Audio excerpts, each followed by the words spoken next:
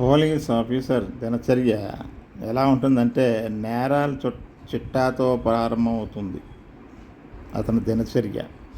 డ్యూటీకి రిపోర్ట్ అయ్యే క్రైమ్ కేసులు, పరిష్కారానికి నోచుకోని పెండింగ్ కేసులు, కోర్టుల్లో ఫైల్ కావాల్సిన కేసులు, కంప్లైంట్లతో పిటిషనర్లు, సిఫార్సులతో పొలిటీషియన్స్, యక్ష ప్రశ్నలతో ప్రెస్ రిపోర్టర్లు, సందేహాలతో సిబ్బంది, రిలీజ్ కోరుతూ రాకప్పుల్లో నేరస్తులు, బెయిల్ కోసం పరితపిస్తున్న కస్టడీలో ఉన్న నేరస్తులు అందరూ ఎదురుచూపులు చూస్తూ అతను స్టేషన్కి వచ్చి రాగానే అందరూ అతను చుట్టుముట్టేస్తారు. అప్పుడు మొదలవుతుంది అతనికి అష్టావధానం. అంతలో మధ్యలో ఏదో ఎమర్జెన్సీ కాల్ వస్తుంది. అతను బయటికి వెళ్ళిపోవాల్సి వస్తుంది. తిరిగి స్టేషన్కి వచ్చేసరికి ఫిర్యాదుల సంఖ్య, సమస్యల సంఖ్య మరింత పెరిగిపోయి ఉంటుంది. ఏ ఒక్కరోజు సమయానికి భోజనం చేయడం కుదరదు. పోలీస్ ఆఫీసర్కి సమయానికి నిద్ర ఉండదు. ఒకవేళ నిద్రపోయినా మధ్యలో ఏదో క్రైమ్ జరిగిందంటూ ఒక డిస్టర్బ్డ్ కాల్ వస్తుంది. ఏదైనా ఎమర్జెన్సీ కాల్ వస్తే నిద్రాభంగం అవుతుంది. మానసిక ఆందోళన దినదినము పెరిగిపోతూ ఆరోగ్యం క్షీణించి అనారోగ్య సమస్యలు మొదలవుతాయి అతనికి. అవసరానికి సెలవు దొరకదు. వైద్య పరీక్షలకు కూడా సమయం చిక్కదు.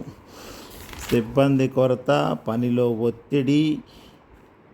అతని బాధని ఎవ్వరూ తీర్చలేరు. అతను బాధ ఎవరికీ చెప్పుకోలేడు. పైకి గంభీరంగా కనిపిస్తాడు కానీ లోపల నలిగిపోతూ ఉంటాడు. గత్యంతరం లేక ధైర్యం తెచ్చుకొని ముందుకు సాగుతూనే ఉంటాడు. అతని సమస్యలన్నీ చెప్పాలంటే ఒక పుస్తకం రాయొచ్చు. రిటైర్మెంట్ సమయానికి ఆరోగ్యాన్ని కాపాడుకుంటూ తన కుటుంబాన్ని సెటిల్ చేయగలిగాడంటే అతని జీవితం సుఖాంతమైందనే చెప్పాలి. కానీ చాలా కొద్ది మందికే ఈ అదృష్టం దక్కుతుంది. చాలామంది అసంపూర్ణ జీవితం గడిపి రిటైర్మెంటు, పెన్షన్లు చూడకుండానే మరణిస్తారు. దానికి కారణం మానసిక ఒత్తిళ్ళు. ఈ సందర్భంగా మా 1985 పోలీస్ బ్యాచ్మేట్స్ గురించి చెప్తాను, వినండి. మేము సుమారు 227 మంది AP public service commission group 2A పరీక్ష పాస్ అయ్యి సివిల్ ఎస్ఐలుగా సెలెక్ట్ అయ్యాం. 12/9/1985 మేము అనంతపురం పోలీస్ ట్రైనింగ్ కాలేజీలో ట్రైనింగ్కి నిమిత్తం రిపోర్ట్ చేశాం. మా బ్యాచ్లో చాలామంది ఉన్నత విద్యావంతులు, ప్రజ్ఞావంతులు, మేధావులు ఉన్నారని చెప్పడానికి నాకు చాలా గర్వంగా ఉంటుంది. ఎస్ఐ స్థాయి నుండి కెరీర్ ప్రారంభమై ఎస్పీ స్థాయి వరకు, ఇంకా ఐపీఎస్ స్థాయి వరకు చేరుకోగలిగిన ఘనత మా బ్యాచ్ వారికే సొంతమైంది. ప్రతి సంవత్సరం సెప్టెంబర్ 12వ తేదీ మా బ్యాచ్మేట్స్ డేగా సెలబ్రేట్ చేసుకుంటాం. అందరం కలుస్తాం. అందరూ ఆ రోజు సంతోషంగా గడుపుతాం.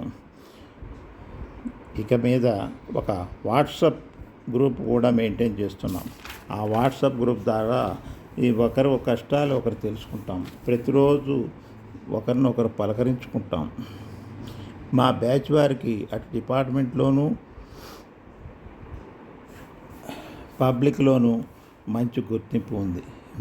బ్యాచ్మేట్లందరూ రిటైర్మెంట్ తర్వాత కూడా వారికి నచ్చిన రంగాల్లో, అంటే సినీ రంగంలో, కళారంగంలో, న్యాయశాస్త్రంలో, పలు రకాల రంగాల్లో కృషి చేస్తూ ఇంకా ప్రజల అభిమానాన్ని పొందుతూనే ఉన్నారు. వారి కృషి, పట్టుదల, ఉత్సాహం చూస్తుంటే మనిషి జీవితంలో ఏదైనా సాధించాలంటే కృషి, పట్టుదల, సామర్థ్యం ఉంటే చాలని, వయసుతోనూ రిటైర్మెంట్తోనూ నిమిత్తం లేదని, అవేవి విజయాలకు అడ్డు రావని నేను నేర్చుకున్నాను. అందుకే మా బ్యాచ్ వారంటే నా ఒక్కరికే కాదు, మిగతా మా తదుపరి బ్యాచ్లకు కూడా ఆదర్శనీయమని చెప్పాలి.